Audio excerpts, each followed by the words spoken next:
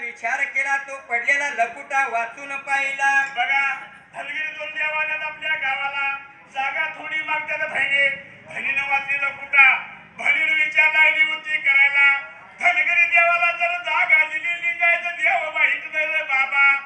आणि मासावळ्या बहिणीनं अंतरी जाणलं धनगरी देव मुलकाचं वंगाळ लिंगायत देव आहे त्या टाइमाला. बघा श्रावण महिन्याला वर्षाच्या काटाला कानपी गाय कापतोय कंदुरी करतो या आमच्या दर्ग्याला रक्ताचा पण होणार. धनगिरी देवासनी सोसायचं नाही वाटत सिद्धिगार वाटून जाऊन दे नाही असं म्हणून या मजकुरामध्ये लकुटा लागली येवाय त्यावेळेला. लकुटा बहिणीला लिवली रे बाबा त्यावेळेला लिवल्याला लकुटा बहिणीनं वाचारी चंद्र वाऱ्याच्या वेगाने सोडली र सतरगाय गावाला त्यावेळेला. सोडल्याला लकुटा हरिचंद्र वार्याने शेमरी लीला साहेबांच्या दर्ग्याला जाऊन पडला रे बाबा त्यावेळेला. शमन्या मीर साहेबान शमन्या मीर साहेबान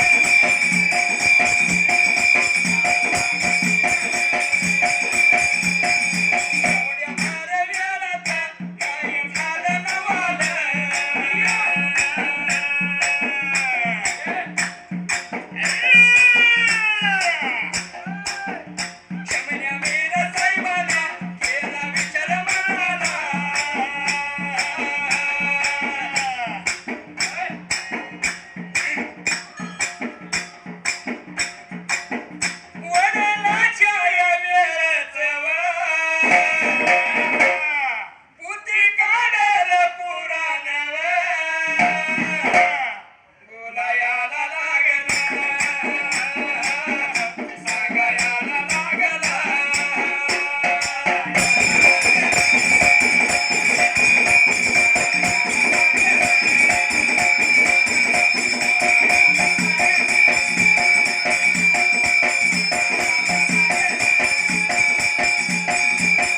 विरहातीला कोल्हापूर झाला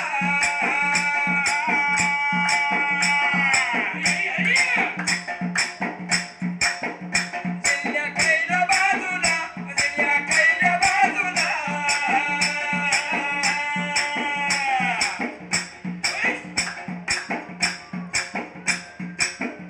उजव्याच्या हाताला राहिल कागल हिल्लाळव देवा डाव्या बाजूला देवा डाव्या बाजूला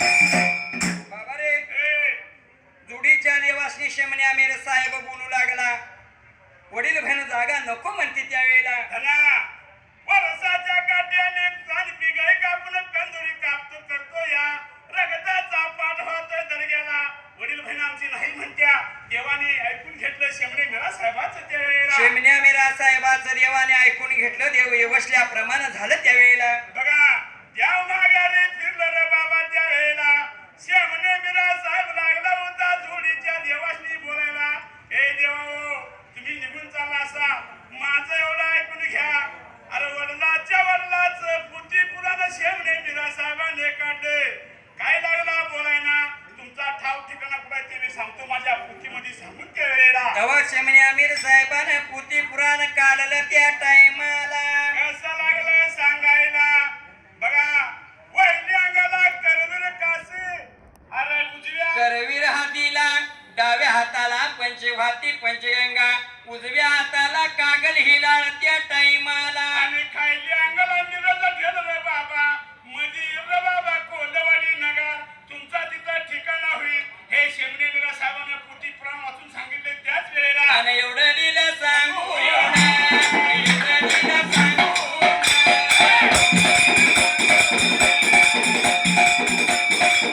दोघं जोडीचं, गजबंड घोड्याचं.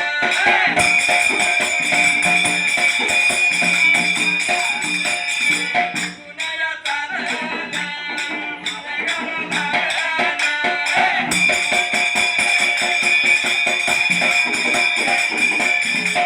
वर जाताना कुठं निघून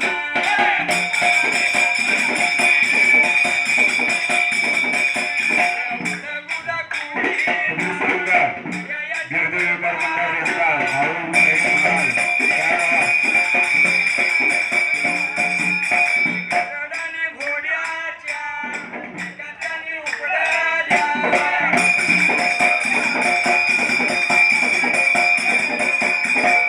याच्या देवानं लिहिलेला विचार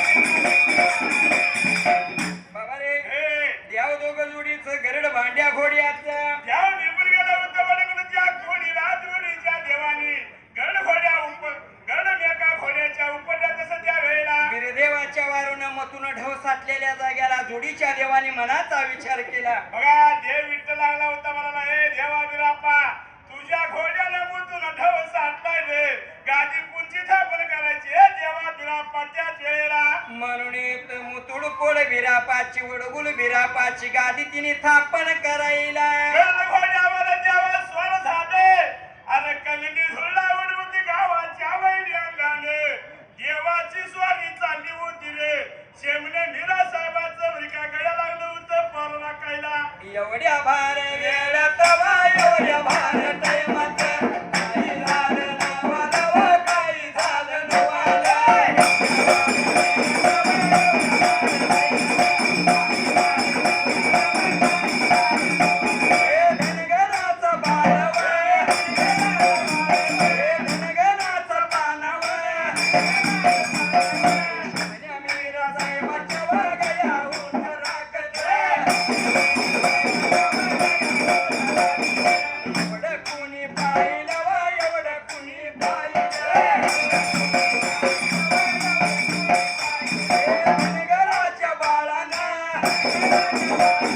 जोडीच्या देवाला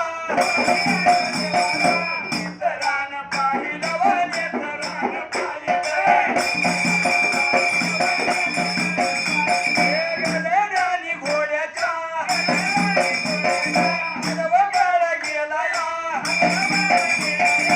उदयाला लागला व सांगायला लागला. बाबा रे या दोघं जोडीचं गिरड भांड्या खोड्याचं बघा गड घोड्यावर स्वर झालं कबली सुद्धा उडवत आणि देवांची स्वारी गावाच्या वैरी अंगाने निघून चालली होती रे धनाच्या वेळेला शेमने मिला साहेबाचं बाबा गया लागलं होतं राखायला. धनगराचा बाळ 12 वर्ष झाली. शेमण्या मीर साहेबाच्या गया लागलाय राखायला. बघा धनगराच्या बाळाने नेत्रानं पाहिलं आणि माझ्या जातीचे माझ्या कुळीचे देव दिसत्यात चरत्याला गया बाळानं सोडल्या.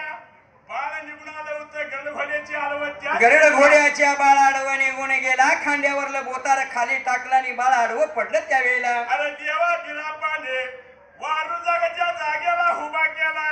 ए बाळा आमच्या वारूच्या धनगराचं बाळ बोलू लागलं. देवा म्हणाला मी तुमच्या आडवं आलोय.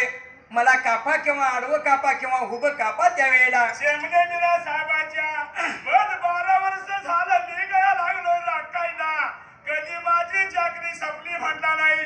कधी मला पाठ भरून खायला त्यानं दिलं नाही त्यावेळेला. 12 वर्ष झाली गया लागलोय राखायला. कधी चाकरी संपली म्हणा नाही. कधी पगार 5 रुपये मला दिला नाही त्यावेळेला. हे जोडीच्या माझी हितून सुटका करा आणि मग तुम्ही पुढे जावा. बघा, जोडीच्या जेव्हा